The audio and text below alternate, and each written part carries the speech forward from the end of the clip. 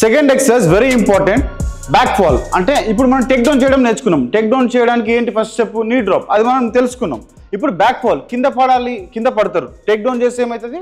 కింద పడతారు కాబట్టి కింద ఎలా పడాలి ఇప్పుడు తెలుసుకుందాం. దీన్ని బ్యాక్ ఫాల్ అంటారు. అంటే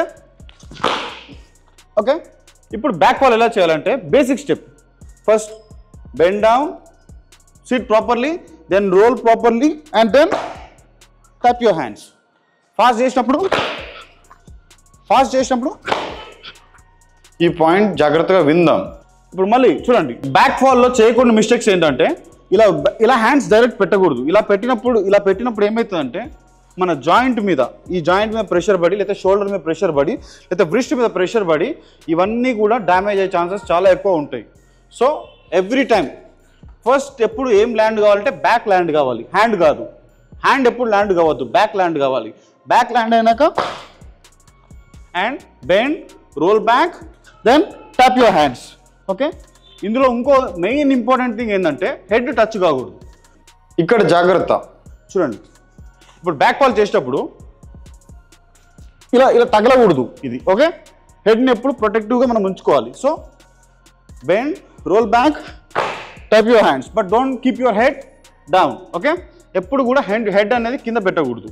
role hands, bend, roll. Next topic back roll. Back roll front roll కంటే ఈజీ. బేసిక్గా చెప్పాలంటే ఇది ఈజియెస్ట్ బ్యాక్ రోల్. ఇంకా వేరియేషన్స్ ఉన్నాయి, చెప్తాను మీకు. ఓకే, బ్యాక్ రోల్ ఫస్ట్ కూర్చోవాలి. కూర్చున్నాక పడుకొని ఎట్ సైడ్ అయితే మనం రోల్ అవుతున్నామో ఆ హ్యాండ్ ఇలా పెట్టి you have to roll towards the hand side మనం రోల్ కావాలి. ఓకే, అంటే మొత్తం కాదు, కొంచెం క్రాస్ అవుతాం బేసికల్. ఇప్పుడు ఇలా చూపిస్తాను నాకండి. ఓకే, ఇలా ఉన్నాక పొజిషన్ నుంచి హ్యాండ్ పెట్టి రోల్. ఓకే, ఏ హ్యాండ్ అయితే ఉందో అటు సైడ్ ఆ డైరెక్షన్లో కొంచెం మనం మూవ్ కావాలి. అంటే ఇప్పుడు ఒకవేళ మూవ్ అవ్వలేకపోతే దానికి మిస్టేక్ ఏంటంటే మొమెంటం లేకపోతే రోల్ అవ్వడం కష్టమవుతుంది ఆబ్వియస్లీ. సో మొమెంటం కోసం ఏం చేయొచ్చు, ఇలా కూర్చొని రోల్ అయినప్పుడు మొమెంటం అనేది దొరుకుతుంది. చూడండి, ఇలా రోల్ అయినప్పుడు మొమెంటం అనేది దొరుకుతుంది. మీకు ఇంకా కావాలంటే హ్యాండ్ సపోర్ట్ కూడా యూజ్ చేసుకోవచ్చు.